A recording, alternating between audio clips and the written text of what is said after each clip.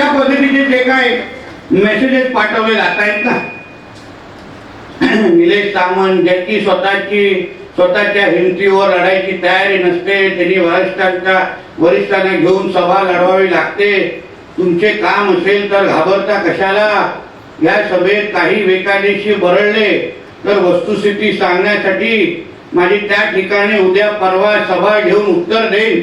मला जरा सांगा, सभा होत असेल तर मी असं पहिल्या रांगेत येऊन बसतो, पहिल्या रांगेत येऊन बसतो आणि मग सांगावं.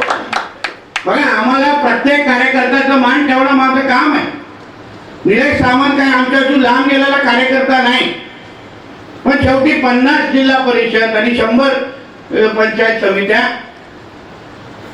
लढवत असताना जेव्हा मोठ्या साहेबांनी स्पष्ट महायुतीचे आदेश दिले, आम्हाला सगळ्यांना एकत्र बसून केसरकर साहेब असतील, मी स्वतः असेल, निलेश साहेब असतील, सगळ्यांना स्पष्ट सांगितलंय कोणी कुठे लढवावं आणि सगळं विचारपूर्वक, अतिशय विचारपूर्वक हे सगळे निर्णय घेतले.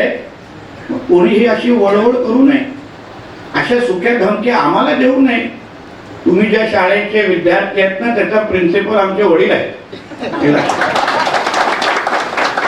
आणि म्हणून या सगळ्या भाटकीमध्ये आम्हाला पाडू नका. महायुतीचं वातावरण अतिशय चांगलं आहे.